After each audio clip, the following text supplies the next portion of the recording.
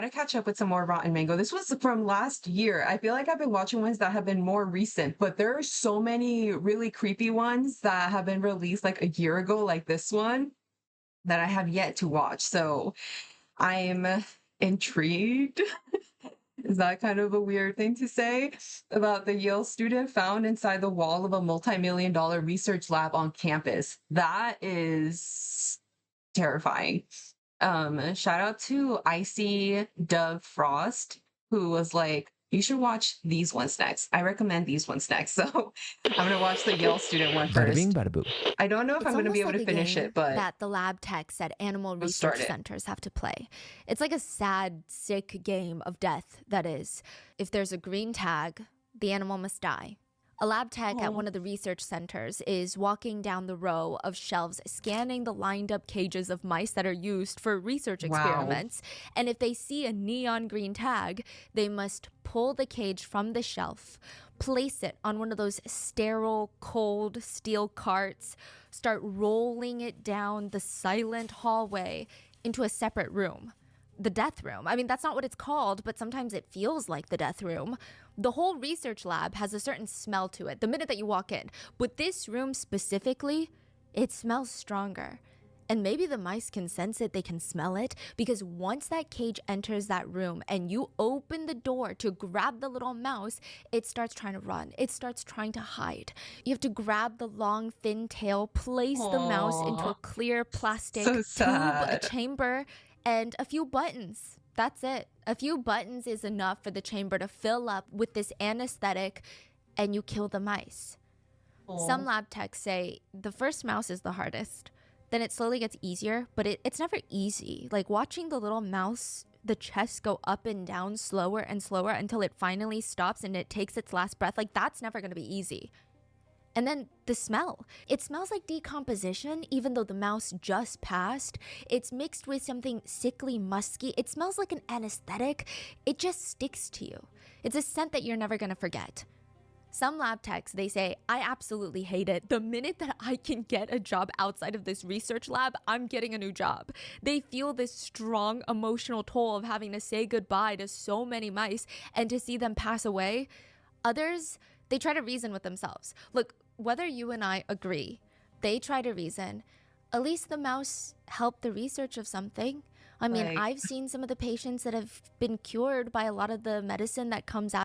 yeah, I get it. I get the whole reasoning behind it. It's still very sad to hear about, and much, much more I can imagine actually witnessing it and being the one pushing the button so the mouse passes. Out of these research studies, so the mouse was doing something good.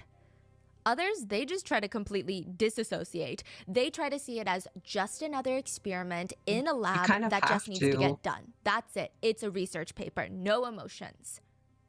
At the Yale University Animal Research Center, a lab tech walks in excited for their new experiment.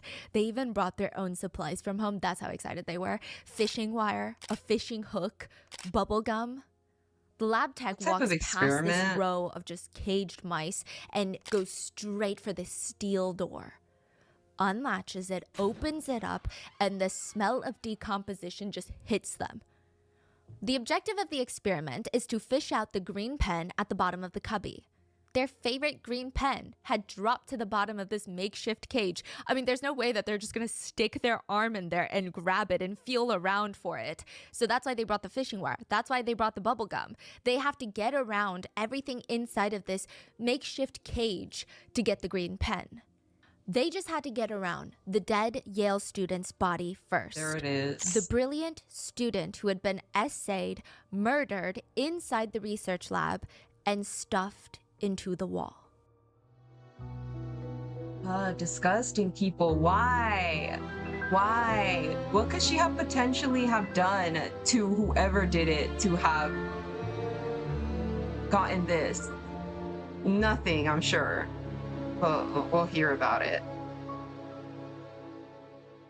We would like to thank today's sponsors who have made it possible for Rotten Mango to support the I Have a Dream Foundation. The I Have a Dream Foundation works to empower children from under-resourced communities to succeed in their school, college life, and their careers. They provide academic, social, emotional, as well as fiscal support for students of all ages. This episode's partnerships have also made it possible to support Rotten Mango's growing team of dedicated researchers and translators. We would also like to thank our listeners for your continued support as we work on our mission to be worthy advocates of these causes. As always, full show notes are available at rottenmangopodcast.com. Now, before we get into today's case, a few brief disclaimers. There are brief mentions of SA as well as animal testing and euthanasia. In regards to animal testing, I am doing my best to educate myself on the topic when it relates specifically to the testing on animals for the development of medicine and treating diseases. Have you guys ever dissected anything in your classes in school? I remember specifically in high school, we had a research genetics and bioethics class. And not just in that class, like various different classes. We've dissected a salmon, we've dissected a frog, we've dissected a rabbit. All right, I'm back, guys. Maybe a few days later. I don't know where we left off, so I went back like a few seconds, maybe another 5 seconds, just to catch up a bit here. With gloved hands, they poke their heads up into the little space, and tucked away in the ceiling is a single white sock and a single blue rubber glove. Oh, right. That with girl was blood acting stains on all them. sketchy. The two investigators said they were momentarily speechless in that moment. I mean, they had been searching this building for the past 4 or 5 days, the same 120,000 square feet over and over and over again. They had been retracing, retracking, researching the same 120,000 square feet. And in this tiny little storage room in the basement, Clearly not well enough. If it's starting to come back to me a little bit. Even that blood splatter and behind that box, like letting people come into the area, come close to the area, touch the area. Like, you guys claim you searched this place so many times, but clearly not thoroughly enough. G22 was a full-blown crime scene right in plain sight. Sunday morning, September 13th, the day of Annie's wedding, there was something going on inside the building at 10 Amistad, the Yale Animal Research Center.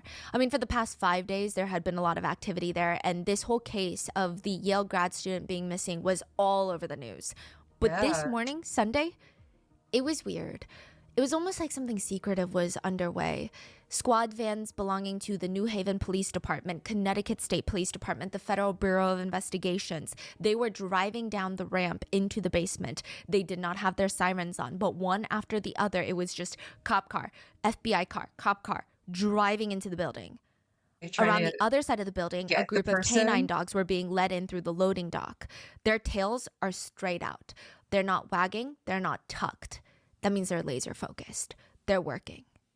On every corner of that building, there was a trooper car parked with an officer in the driver's seat scanning the street.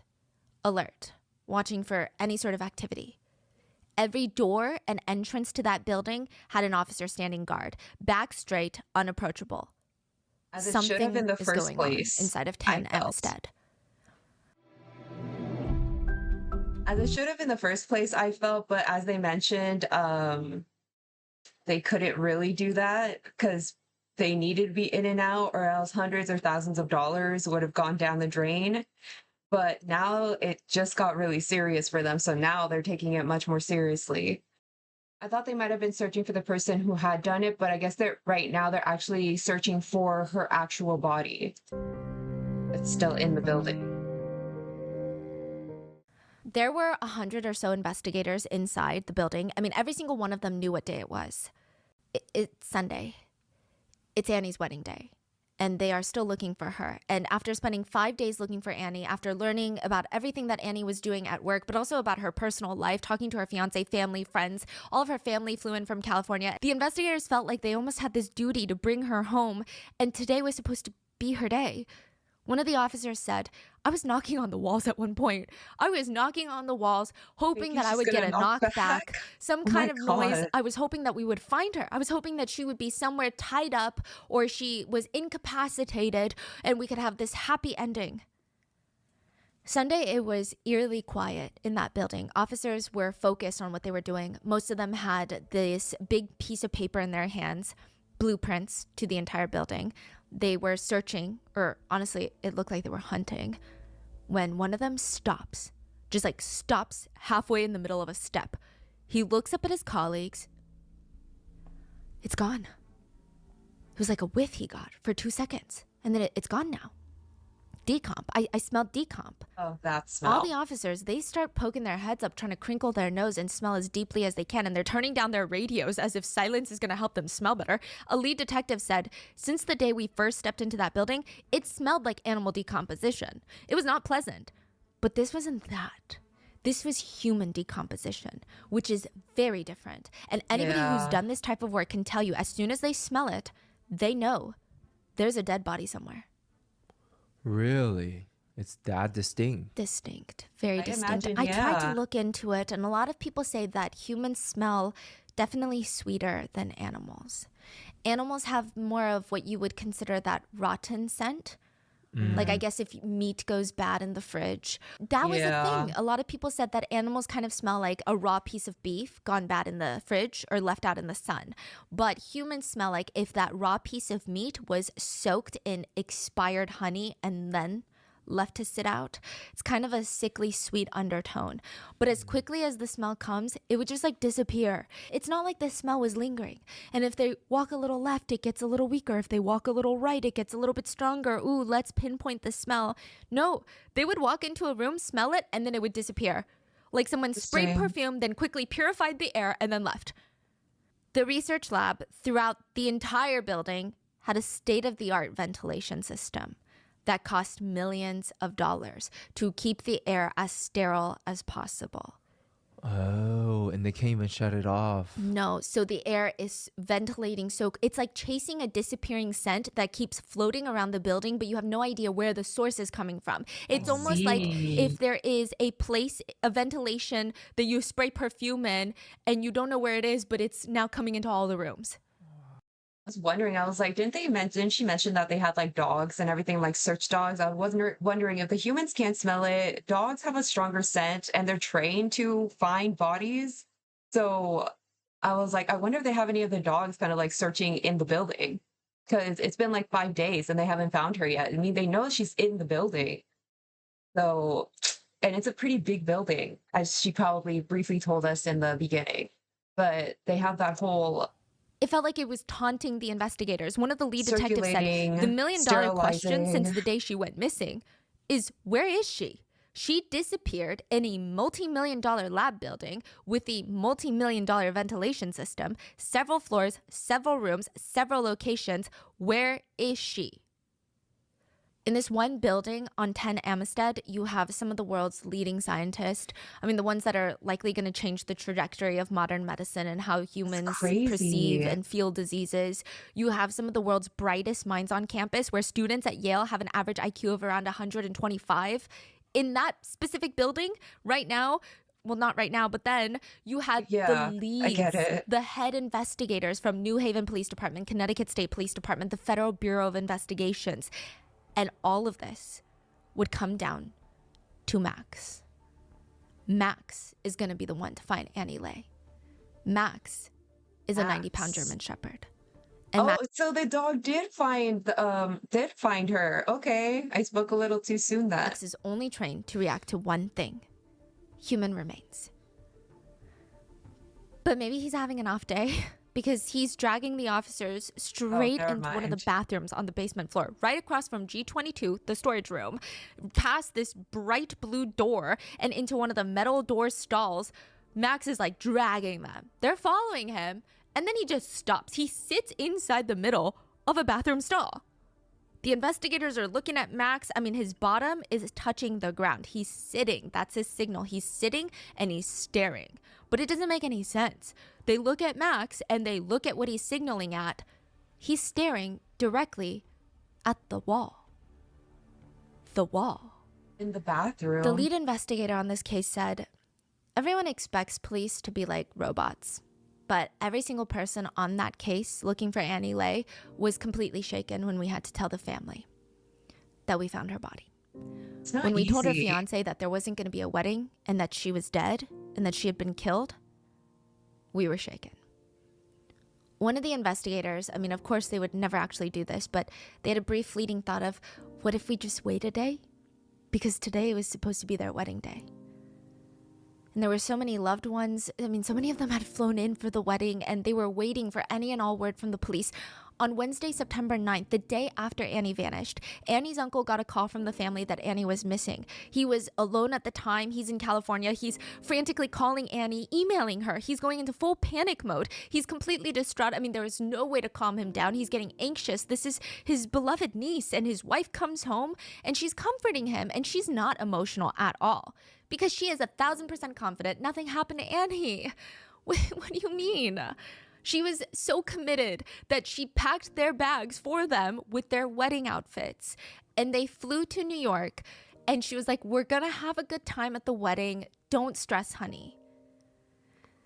Wow. They fly into Connecticut. And 2 days later, on the day of the wedding, with their wedding outfits still packed in their suitcase, they were all told of the news. Annie Lee's family and her fiancé Jonathan were alerted that her body was found in the basement wall of the research lab. How did she Instead get of walking down there? the aisle to his new wife, Jonathan would be walking down the aisle to her casket. I will say that Jonathan is very quiet in this entire case. And even afterwards, I know that in maybe other cases, people would have been like, oh my gosh, why is he so quiet? But it's so clear he's so devastated. I mean, we don't know his exact reaction, the exact time that he was told Annie's body was found. But every time that he is seen out at the funerals mainly, he's basically the embodiment of grief. He looks like a ghost. I mean, just completely pale, like he's going to disintegrate into thin air, like he's going to evaporate. He can barely talk. He just alternates between crying and then staring at the ground, zoning out, maybe trying to disassociate. He honestly looks like a completely broken man.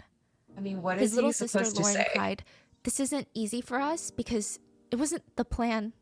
She said that she was so happy for Annie to be her sister, and they were already doing sister things. They were already going shopping and gossiping and doing these things together. And now she's just gone. And Lauren is saying that, yeah, I mean, there is so much grief for her, but also we have so many long days ahead. And I pray that my brother can recover from Annie's loss.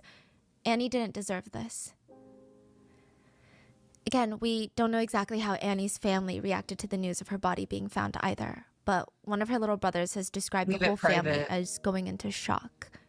Yeah. Annie had a lot of younger cousins who were all there for the wedding, and a lot of them were at a very unfortunate age. So they were old enough where they could fully comprehend that she was dead and killed, but they were not old enough to know how to cope with such a high level of intense grief and shock. I mean, not that I feel think that. anyone ever learns how to be even as an adult, but it was I such a know. tricky age. Like most of them were like 13, 16. Yeah. It's so they all had flown in for Annie's wedding, and now they're all sitting there quiet and confused.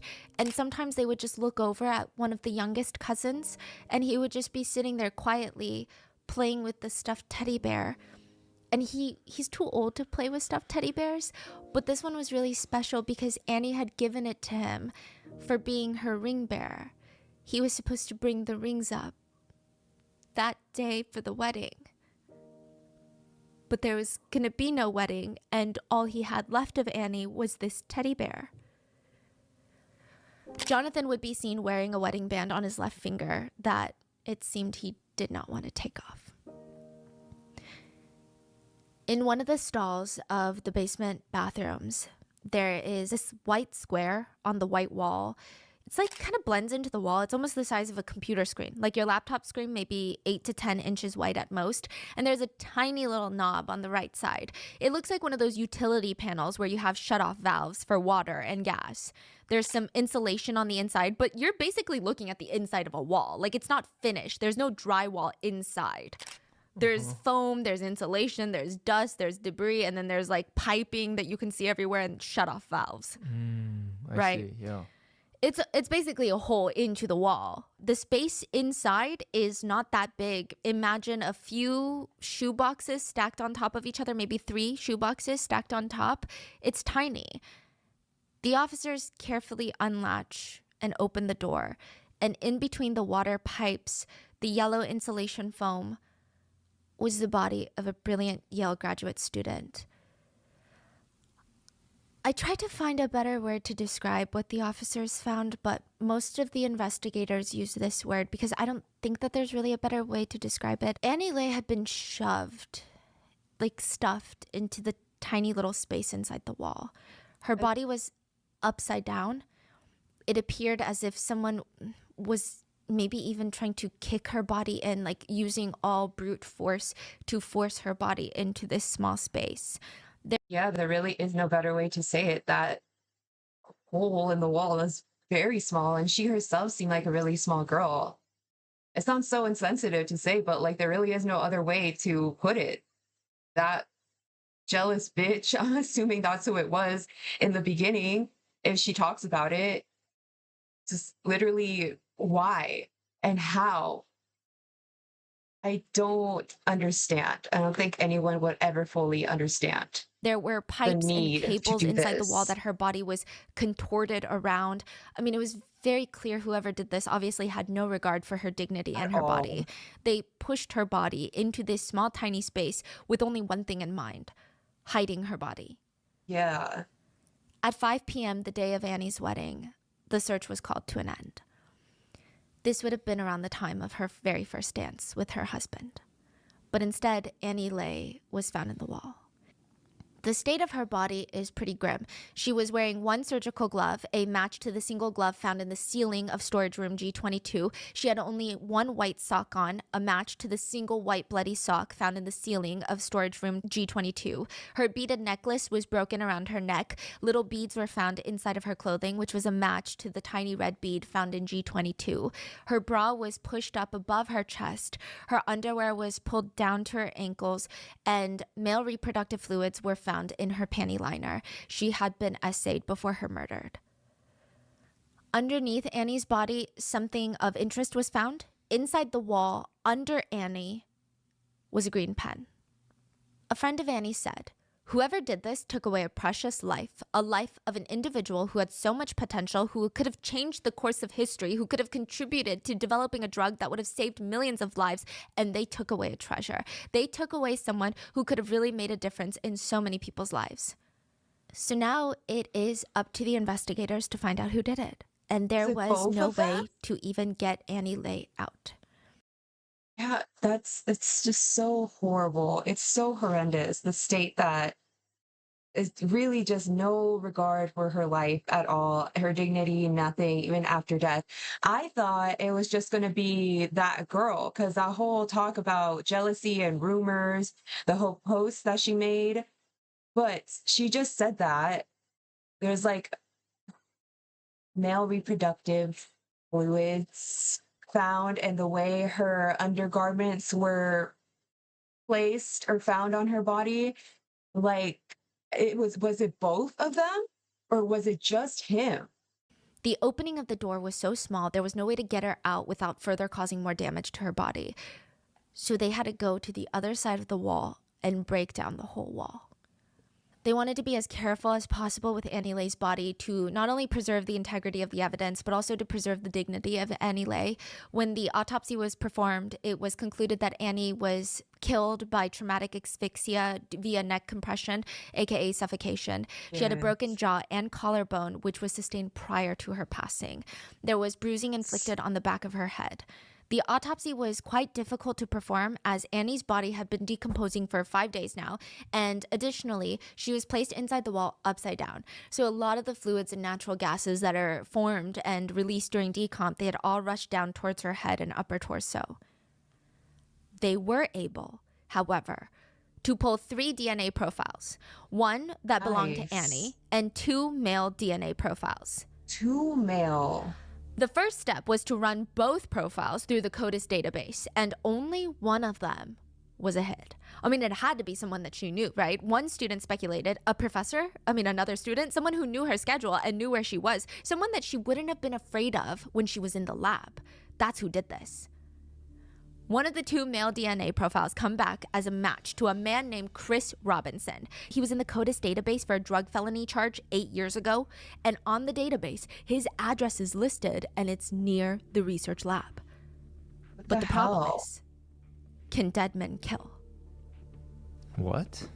Chris Robinson was shot and murdered 2 years before Annie was found in the basement wall. So they found his. This is a dead man. So you said you found his DNA, but he's dead. So how? You better explain, because That what? means he's not dead. He was never a student at Yale. He never worked he as a lab tech. He had no relations faked? to Annie prior to his death. And he's dead. Faked his death? So how did his DNA get on Annie? They had to verify. The police went through a lot. They had to verify that he's actually dead. He's actually dead. Okay, a Is. twin. Twins have identical DNA sequences, so it could be a twin. No, Chris Robinson is confirmed to have no twin. Other relatives, ruled out. Lab contamination errors, ruled out. Everything was ruled out to the point that this DNA almost felt planted. How does a dead man's DNA get into the walls of a secured Yale research lab on a deceased body? That's a good A case question. of secret What's history the by Donna answer? Tartt. I don't know. Ivy League students harming one of their own. Maybe this is pure Ivy League jealousy. Maybe she discovered something that she wasn't supposed to in research, because even in the world of Yale, Annie Le was a force to be reckoned with. Because this feels like a setup. I mean, how does a dead man's DNA end up on her body? Do you know how to spell the word genius? Yes. Genius. Okay, if you spelled it correctly, you can probably beat a 10-year-old at a casual spelling bee in America. That is on the list of challenging spelling words for 9 to 10-year-olds. Annie's uncle was anticipating winning the round of Scrabble because he's playing against 10-year-old Annie. She probably doesn't even know how to spell giraffe correctly. But halfway into the game, Annie's letter rack is empty. She used up all her tiles, which means she won. And the last word she put down is czar. C-Z-A-R. Definition: a person appointed by the government to advise on and coordinate policy in a particular area. No. Wow. Czar is spelled with a T, not a C. T-S-A-R, not C-Z-A-R. No, T-S-A-R is an emperor of Russia before 1917. And just like that, Wow. a full adult uncle was beat by the great Annie Le. And ever since high school, Annie stated that she loved cell biology, which is so fascinating because I don't think I even knew what those words meant in high school. She was just fascinated on getting to know how things worked on a microscopic level. She graduated high school with a 4.28 GPA. She was valedictorian of her class, which somehow she still managed to have free time. She spent that volunteering at Marshall Medical Center. She was named Volunteer of the Year Award. And one fellow volunteer said, I mean, you can't help but love her, right? At her young age, how confident she is. Not all kids at that age are smart and driven and have friends. I mean, she has it all. We had this joke when she was volunteering that she could do a calculus problem quicker than she can wash a bottle, but she would happily wash all the bottles. In high school, Annie was voted most likely to be the next Einstein and the best of the best. So clearly, there is a lot to be jealous about when it comes to Annie Le. But as incredible and as intelligent as she is, Annie was truly so likable. I mean, truly none of her peers and colleagues would even think about harming her. It just didn't make any sense. So that was thrown out. The only other solution to that DNA being on her was 2007 and the summer months. 2007, a massive project gets started in New Haven, Connecticut. I mean, nobody really knows exactly what's being built. I mean, it's not a big secret. You could probably look it up, but nobody wanted to do that. It's a research facility for Yale University, and the whole construction process was a huge ordeal. The building, it's going to have a rainwater collection system on the roof. The water is going to be treated, used to flush toilets, provide irrigation for the building. They had hundreds of people working on the building, skilled tradesmen, electricians, plumbers, general laborers. And on that long list of people, Chris Robinson. The odds of this happening are insane. But years ago, Chris Robinson worked on the construction of the lab, the research lab, building it. He's building the lab. He's sweating through the 2007 Connecticut summer heat. His sweat beads drip down into the area where the electrical panel was. They seal up the drywall. Climate control kicks in the lab because this is a state-of-the-art facility where the temperature has to be maintained at a very cold level at all times. And all of that manages to preserve Chris's DNA, keeps it absolutely pristine, sweat bead. Wow. So that's how. But when was this? When was this case? He was building it like 3 years before Annie passed. And then he was killed a year Okay. after the construction. Also, he built it, left DNA, and he was killed how? He was shot and murdered at a bar, unrelated. Yeah, it was I believe, a gang violence situation. Wow. His DNA was pristine, and once Annie's body was placed into the wall, years later, his DNA was transferred to her skin and underwear. So now the authorities just have one DNA profile to go off of, and they have a pretty good idea of who they think it belongs to. The last person to see Annie alive. 2 days after Annie went missing, a lab tech actually walked up to an investigator and started making small talk with them. Are you guys looking for Annie? Oh yeah, I knew Annie. I actually saw her yesterday. Yeah. She left the building during the fire drill. I don't know if she left, but I saw her grab her things, her notebook, a big bag of mouse food, and walked out with everyone. I mean, I don't know where she was going with that mouse food, though. The lab tech that told the police that, his name is Raymond Clark, the fiance of Jennifer, fellow Yale lab tech. Raymond has been working at Yale for the past 5 years. I mean, he's basically grandfathered in, if you will. Okay, that's a bit dramatic. But his sister is a Yale lab tech. His brother-in-law is a Yale lab tech. His fiance is a Yale lab tech. It does appear that Raymond got the position due in part to the fact that so much of his family works there. Looks-wise, everyone said Raymond looked so meek that he looked like he couldn't even hurt a mouse. Some said if you passed him in the hallways, he would prefer to look at the floor rather than look at you. He just seemed very passive, almost. So why would this passive guy lie about seeing Annie leaving during the fire alarm? No, something's off about him. You just get that feeling if you just look at someone's face and you just know something's off there. It's mainly in the eyes. It looks like something's missing. Like, even if I just saw these pictures without knowing the context of like this whole video, I would feel unnerved just looking at the pictures. It's the eyes. They look so like almost dead inside. Something's off with him. No, I would be When creeped it was out. absolutely certain that she was dead before the fire alarm even went off. Investigators also noticed scratches on Raymond's face, left bicep. He had fresh bruises under his eyes, on his chest, arm, ear. There was this huge red mark on his shoulder.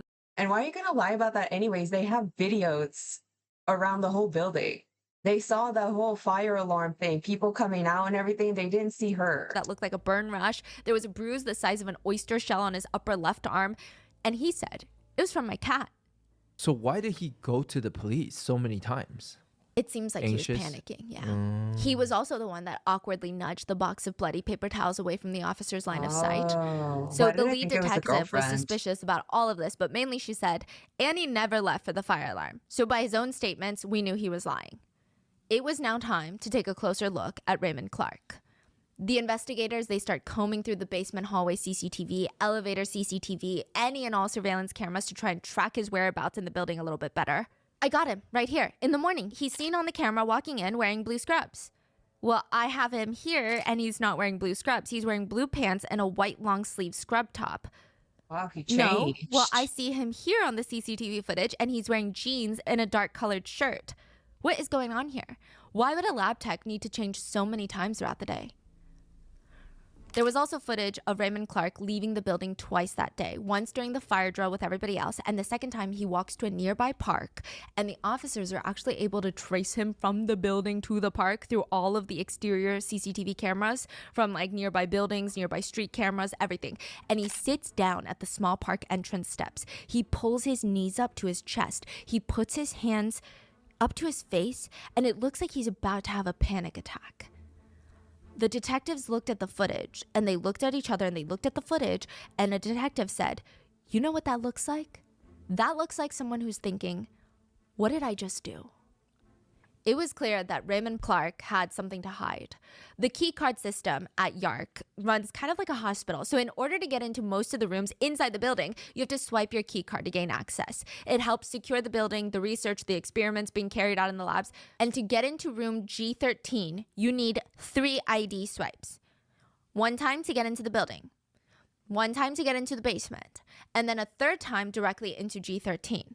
The IDs don't need to be swiped to exit, but still it's pretty trackable considering most rooms need it. So if you're in room J13 and, for example, you get carted into that room at 3:15, you leave at 3:30, there's no digital log. So either you're going to the restroom or you're key carding back in. Does that make sense? Right. Like you're either going to the restroom or you're leaving the building. If you're leaving the building, it's going to be caught on camera, or you're going to enter another room, which would need another key card swipe. You don't need a key card to exit Yeah. any of the rooms, Correct. but it's still pretty trackable because once you Yes. exit the room, you have maybe 3 options. Yeah. A, leave the building entirely. You'd be Mhm. caught on CCTV cameras. Yeah. B, walk to the restroom. Yeah. Okay, fine. And then C, enter another room, but then that would be tracked again because you have to swipe your card. Correct. So it's like, yeah, I mean, it doesn't tell you what time you leave a room, but it's pretty trackable other than that. Yeah. So the police, they start pouring through this data, and there was only a total of 3 people who swiped into G13 the day Annie disappeared. Annie, a man named Lucas Frey, and Raymond Clark. Lucas is a third-party contractor who did not see Annie that day and has no relation to Annie, and he was quickly ruled out. So that just leaves Annie and Raymond. Now, the unsettling part is Annie's keycard activity stops out of nowhere completely at 10:09 a.m. She never swipes anywhere after G13 again. That's it. Now, Raymond, he swipes into G13 at 11:04 and stays there for approximately 46 minutes. And then between 10:40 and 3:45 on September 8th, the day Annie disappeared, Raymond goes in and out of room G13 and G22 a total of 55 times. 55 times. G22 is the storage room where the bead, the sock, and all of that Yeah. was found. Yeah. Now- And it's close by, you said? Very close, like an 8-second walk. Wow. At least 10 times an hour for 5 hours. He's going in and out of these 2 rooms. To give you an idea, that is not normally how he works. From August 27th to September 8th, in the span of almost 2 weeks, 12 days to be exact, Raymond had used his card to enter G13 11 times total in the span of 2 weeks. Yeah, listen, I'm not a lab check or anything, but even still, that seems incredibly excessive. 55 times in that span of, what was it, 10 to 3, was it? In that time span, it still seems very excessive. I don't know. Well, she said there is no time logs, but they can still track that. I don't know if they would just stop and question that student, like, hey, what were you doing in there? But just looking at it, hearing it, it's weird. But the day of Annie's death, What are you he's in doing? and out of those 2 rooms 55 times. He's in and out of G13 more in 1 hour in one day, the day she disappears, than he was during the entire previous 2 weeks. And remember G22, where the necklace and all these things were found? Annie never swiped into that room. And additionally, nobody else but Raymond did that entire day. Which, fine, maybe you can try and come up with some weird, bizarre story about how his keycard was stolen, but how do you explain away DNA? Raymond Clark's DNA and his bodily fluids were found on Annie's panty liner, but additionally, a stain matching his DNA was also found on the lab wall, a semen stain. It was also found on a blue pair of scrub pants found in the laundry bag that was a match to him, a yellow lab coat that he was seen wearing that was later discovered to have blood on it, which was Annie's blood, and Raymond's DNA was found on the green pen inside the basement wall underneath Annie's body. And the DNA evidence is super solid in this case, but sometimes forensic evidence does not translate well in a trial. Maybe more impactful to a jury would be this. Raymond had a thing for green pens. He wrote everything in green ink. That was like his trademark at work. And when you walk into the building, when you walk into the lab, you have to sign in. Even if the cameras see you, even if you swipe your ID card, you got to sign in with your initials and the time. That day, he checked into work, he wrote his initials, RC, in green ink. But when he signs out for the day, it's written in black ink. But how did the pen even end in there? Just by accident? I think so. It might have been in like maybe the pocket of his scrub. Thursday, September 17th, FBI agents surround a motel building. They storm up to room 214 and arrest Raymond Clark. There were, I guess, people who had seen the commotion and they were waiting to see what was going on, and they knew what Raymond was being arrested for. This was news everywhere nationwide. People burst into applause. At one point, someone recorded him being pushed into a cop car and said, "Hey, big man, enjoy jail." Natalie was Annie's roommate that initially reported her missing, and she said, "Raymond Clark is a monster. He killed my roommate. He left her in a wall. How am I supposed to feel? I feel sick. I don't care what happens to him at this point as long as he can no longer hurt anyone else." And at first, people thought that's what was going to happen. Okay, hold on. I'm curious now to know what is the relation there. If it's just like a random thing, they just happen to work under the same in the same building, or if he for some reason just a creeper just kind of stalking her, stalking Annie or anything, or if it was just like a random attack on her because she was alone and she seemed pretty tiny. He seemed a bit tall, so maybe he found her as an easy target. First, Raymond Clark was facing 120 years in prison, Yes. but he later entered into a plea deal for just 44 years. That's it. That's How disgusting. old is he? He will get out when he's 70. Jonathan remained pretty private throughout the entire case, which I think, again, everyone totally gets, but his family did put out a statement during the trial. They stated, "For a wedding that was not to be, our lives have been a whirlwind from the moment we first knew that Annie was missing. We share in the grief of the family of Annie Lay and are collectively doing our best to deal with our tragic loss. Annie will be in our hearts forever." Now, it is pretty evident that the murder was not premeditated. And I don't want to Okay. make it seem like a lesser crime because murder is murder. And I'm Yeah, sure we of can all agree. I don't course. think it matters if someone thought about doing it an Yeah. hour in advance or 5 minutes in advance or 2 months in advance. There was no way, clearly, that Raymond Clark thought that he was going to get away with Annie's murder. So there is No, a he was theory for what stupid happened the about day it. of Good. Annie's murder. And this is the crazy Glad thing for is, your stupidity. Raymond refuses to tell anyone the reason he killed Annie. Wow. Still to this Still, day? to this day. Why Refuses. does it matter? I think it's I mean, sadistic. yeah, he probably can't come up with anything. Yeah. And so I say theory just- because, again, I mean, it's not a theory whether or not he killed her, but a theory in the sense of we don't know if these are the exact steps and the motives of why the events took place. But they did take place and he did commit them. So the theory goes, after Annie entered the lab, G13, Raymond followed her in. That morning, Annie had sent out a mass email to all the researchers and staff at the building, letting them know that if anyone was going to look for her, she was gone this weekend for her wedding, and she was going to be out of office for a few days after that for her honeymoon to Greece. People, including many of the police, theorized that Raymond had very strong emotions regarding that email. He likely wanted to confront Annie about getting married because he had a secret obsession with her that My she likely had God. no clue about. He is currently engaged, Yes. and Annie is engaged. Yes. It doesn't seem like, I don't know if he loves his fiance, considering he and his fiance seem to have a very bizarre relationship. Her Facebook rants of like, no, we're still together. He doesn't like anybody Weird. else. That's weird. Yeah. Yeah. Sounds like there's way more going on. Yes, there were some people who were theorizing that Annie and Raymond Bizarre. were having an affair. Absolutely not true. What? Yeah, not true at all. They knew of each other professionally, and that's it. The only electronic evidence that they could find of interactions between the two were an email of Raymond telling Annie, clean the mouse cages better. That's it. Raymond telling Annie? Yeah. There was Oh, a. so he's the one that was telling researchers to clean He's the stuff. control freak. Wow. Now, there was not a rumor, but there were a lot of sources going around saying that Raymond had texted Annie that morning to come in and have a meeting about the mouse cages, but the lead detective on the case said that they could not find evidence of that text message anywhere.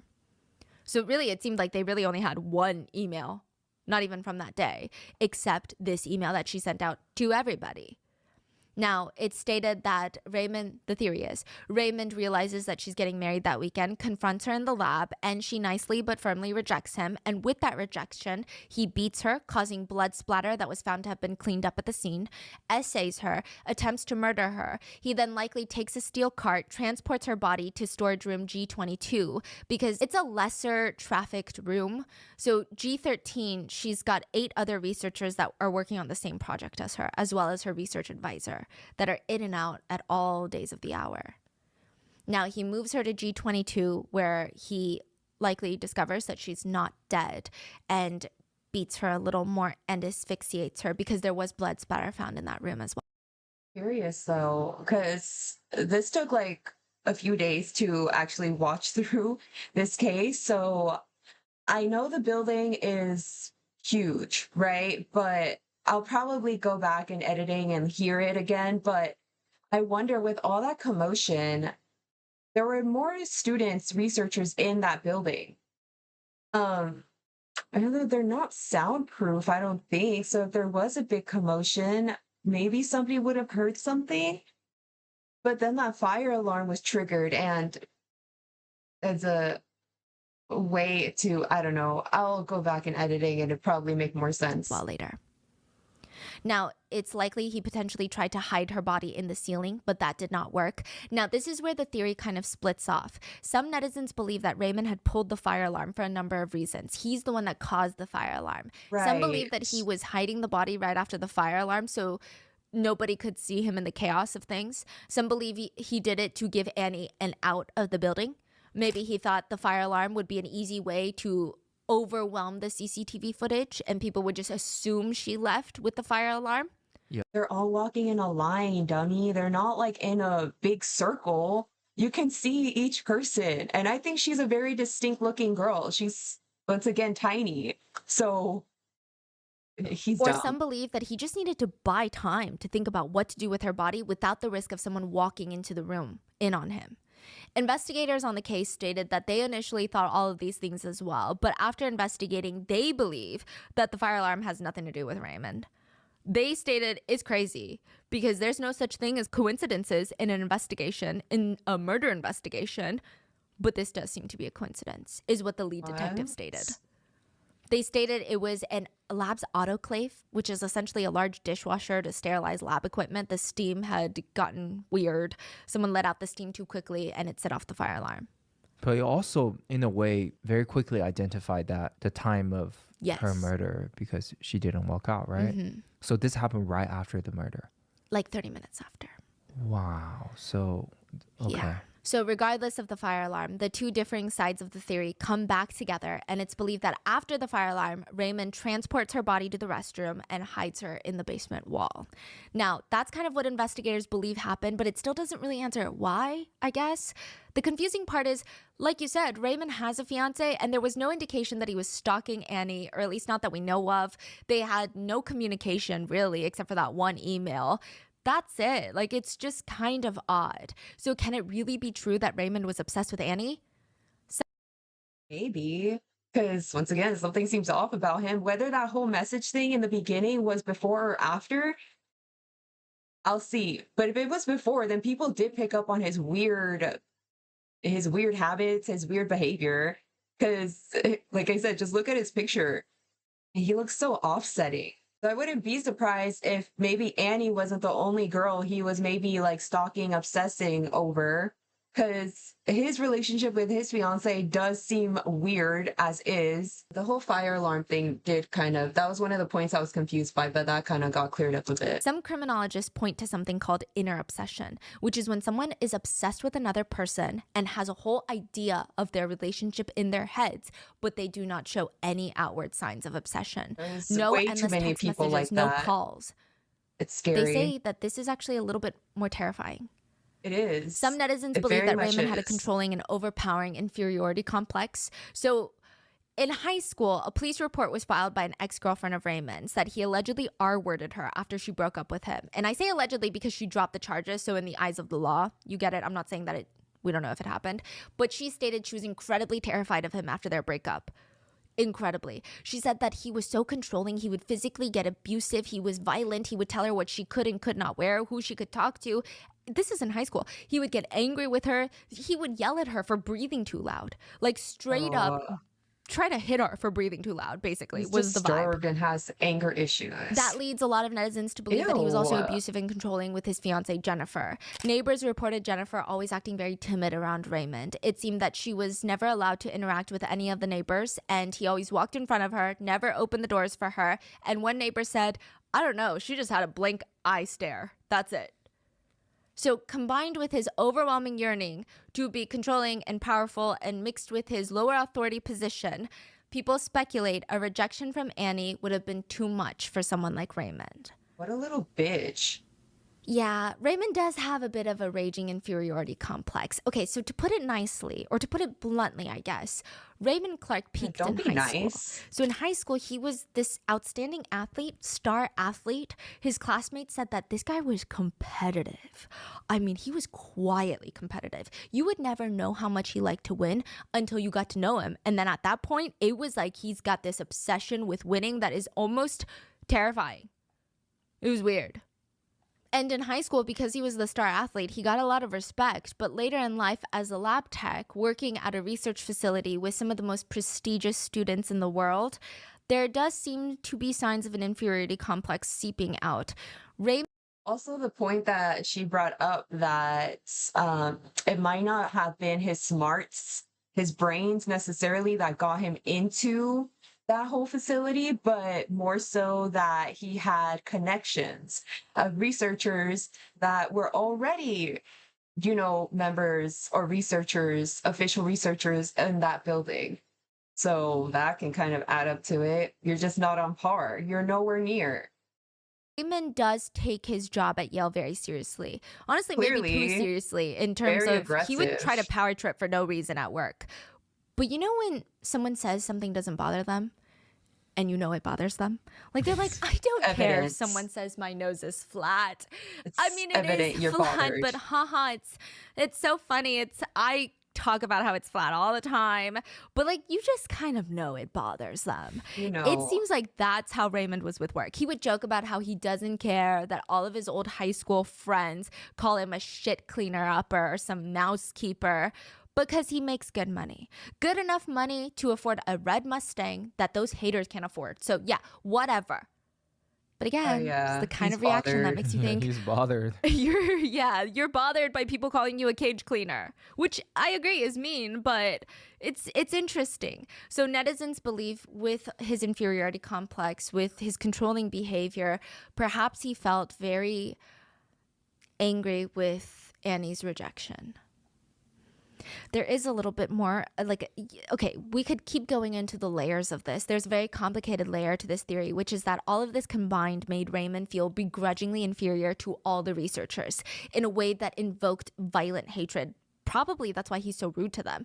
But because Annie is an Asian woman, perhaps he felt like, well, at least she's still beneath me because her status as a researcher is high, but her status as a submissive Asian woman is at least lower than me. So this evens out. Now, the speculation here being that he believes Asian women to be submissive and inferior. So when she allegedly rejects his advances, he personally feels it as an even stronger attack on his identity, is a speculation.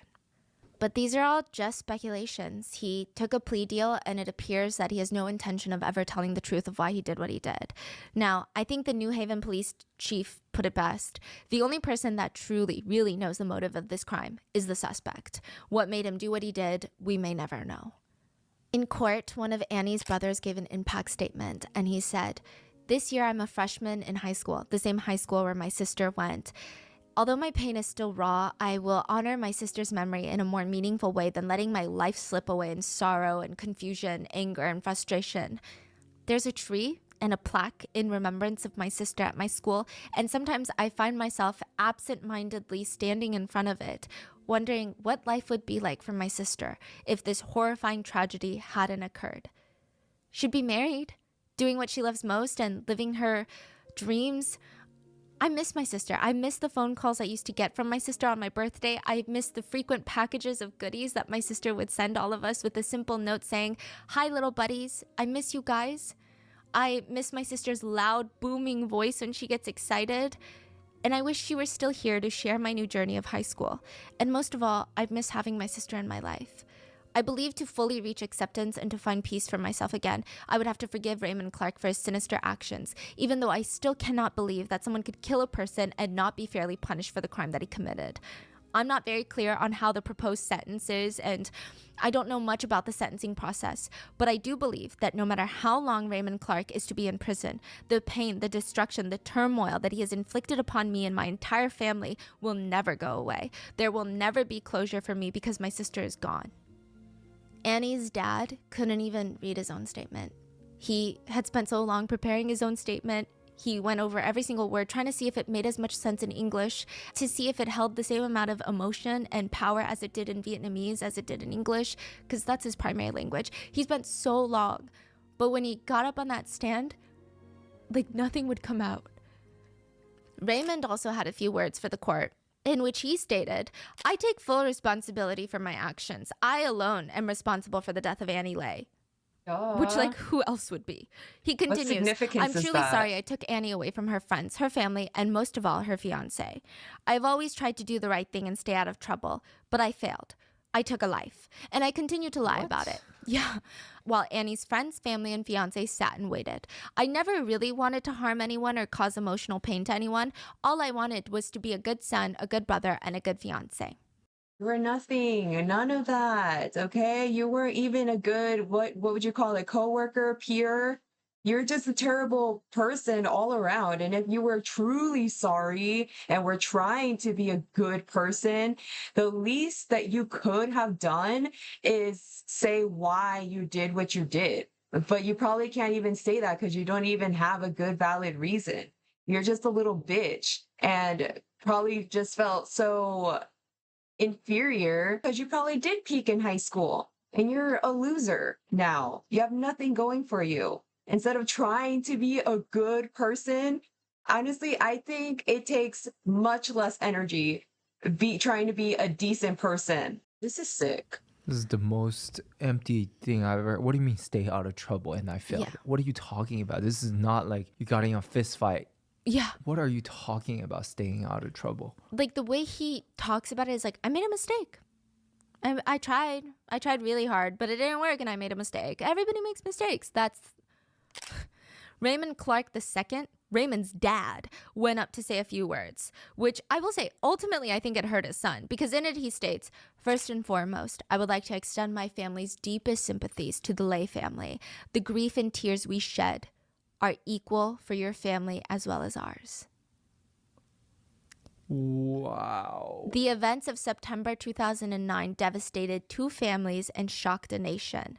No parent can imagine or prepare for losing their daughter to violence or to having their son commit such a horrible crime. He's here looking for sympathy right now. Yeah. This guy. I don't know if those two are really on the same par, you know?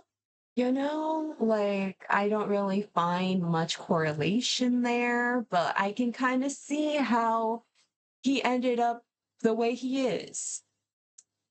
Families really do just have a big hand in molding you to be a good, upstanding citizen or just the scum of the earth.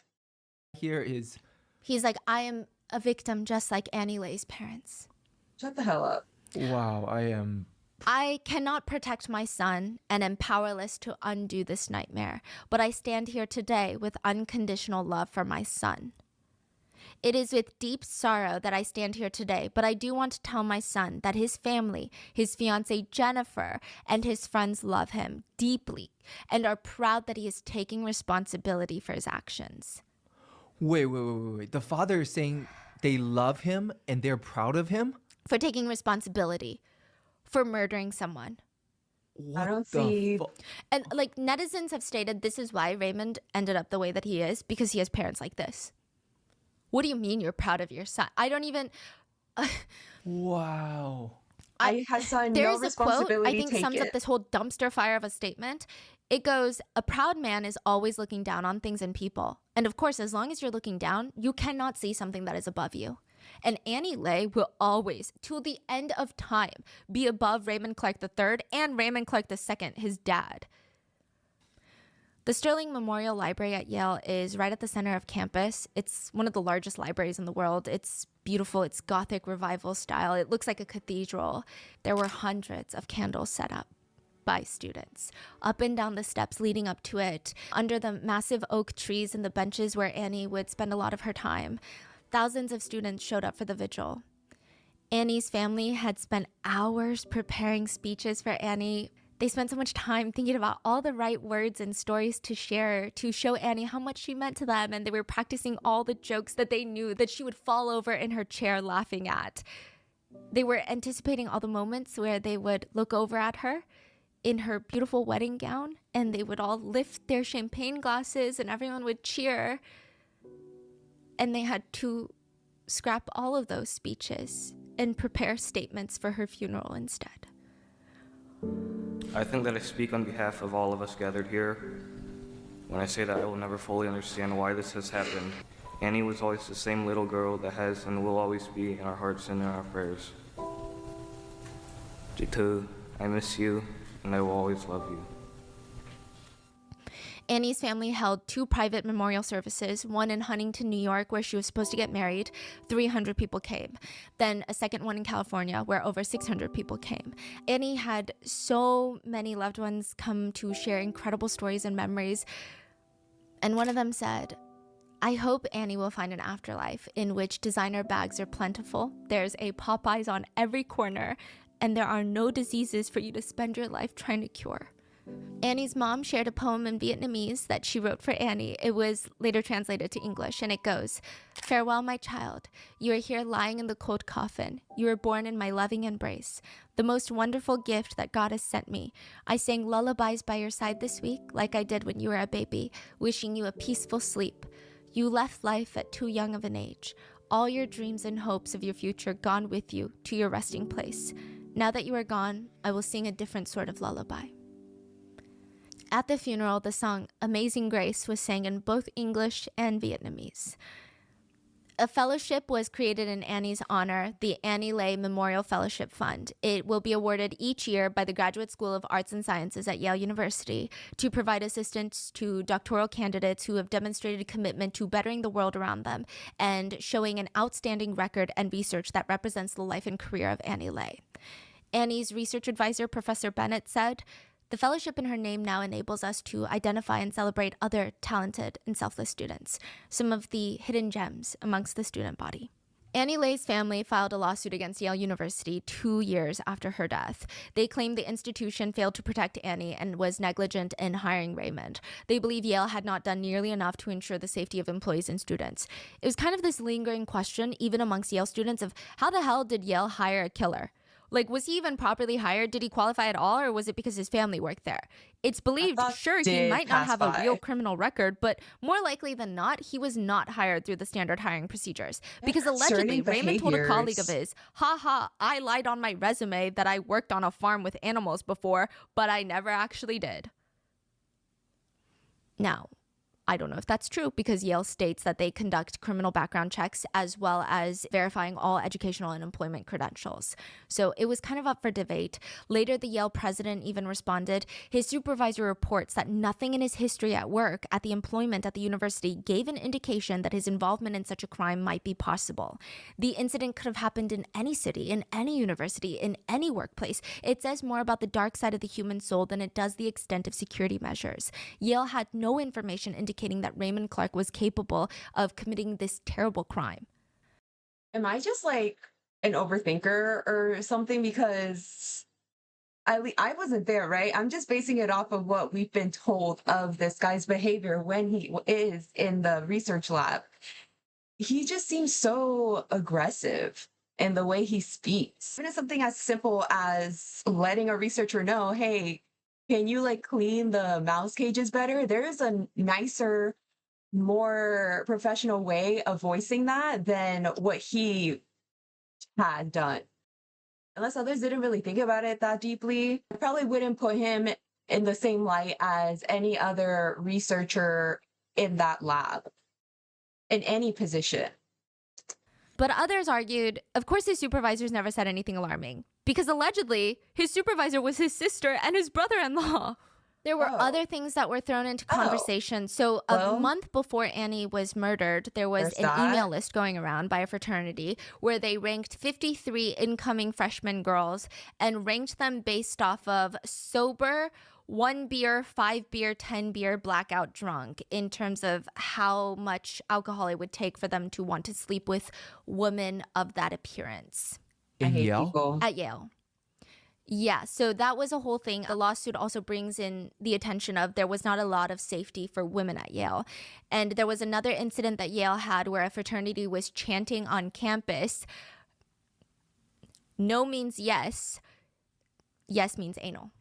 I hate people. I hate people. I hate people so much. But I feel like it doesn't really need to be told to that many people. I know maybe some would still hold these Ivy League schools to really high regards and high standards, that they're all really prestigious students, so responsible and well-mannered and everything. But no, there's really disgusting people everywhere. even in these Ivy League schools and your local community colleges. It doesn't matter. I'm repulsed. What? So yeah, I mean, I don't think it's a wild thing to state that most universities could be a lot safer for everybody, but also specifically for women. An anonymous internet user posted on a forum and they wrote, "I'm disturbed. The OP stated that they're a Yale graduate student that works at the research lab, the animal research lab, and they were shocked to see that after the trial, Raymond's extended family are still working as if nothing happened. Sister, brother-in-law, fiance, who's still his fiance. They stated one day they saw Jennifer, Raymond's fiance, quote, walking through the workplace, laughing loudly without a care in the world. Around the similar time, I could see a person close to Annie sitting in a daze, looking like she might burst into tears. I mean, for the sake of Annie's friends and colleagues, I wish Yale would remove Ray's family members further away from the medical campus." And to add to the terrifying element of that, Raymond's fiance Jennifer, lab tech at Yale, supports him. Yeah. Wow, what do you mean? She still visits him in jail, and she posted on social media, "Who are you to judge the life I live? I know I'm not perfect and I don't live to be, but before you start pointing fingers, make sure your hands are clear. I have no time for your drama or BS. Take it somewhere else. That's not my problem that you have no life." Once again, who is she talking to? Just medicine? Herself.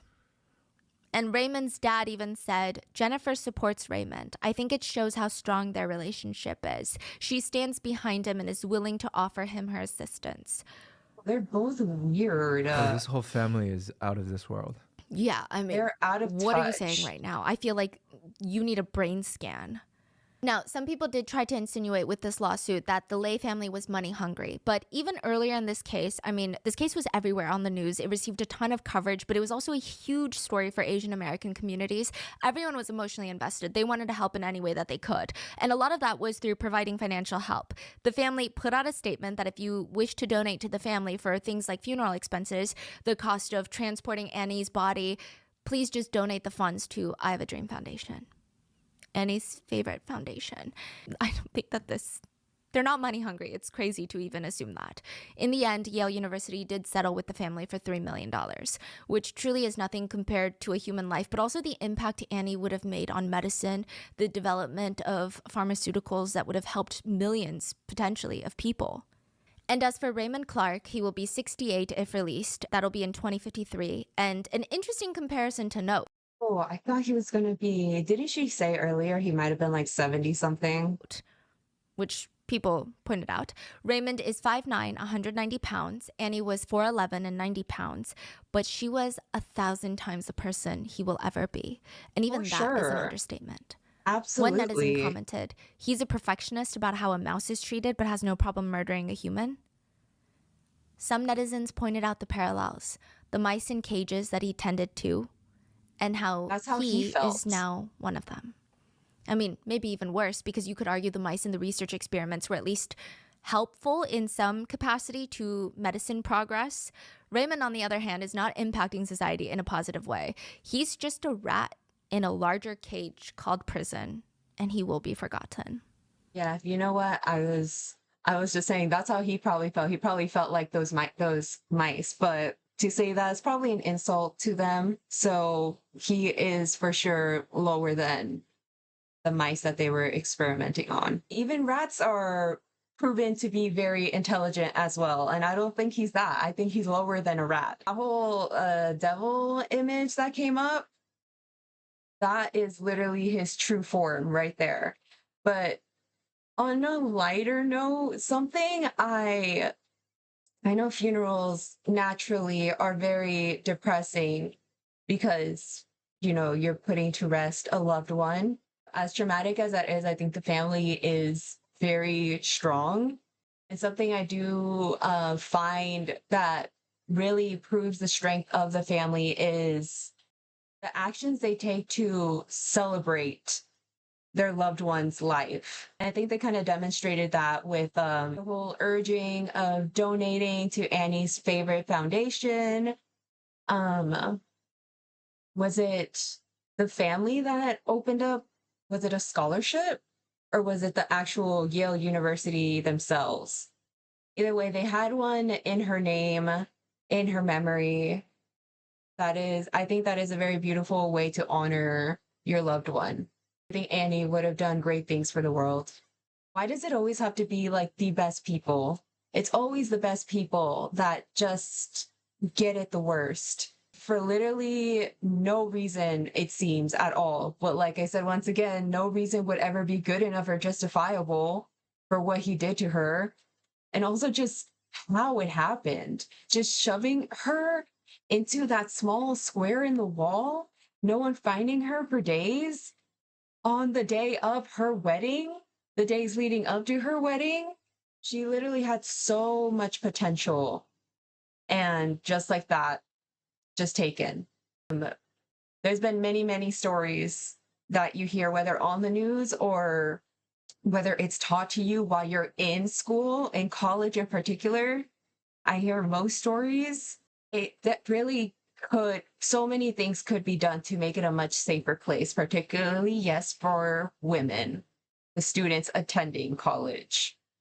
So many things that went wrong here, so many things that could have been taken place in order for things to have been run more smoothly or to have prevented an action such as this to be taken place in the first place. And I still think there's a lot to improve upon, and hopefully it does improve upon so nothing like this happens again.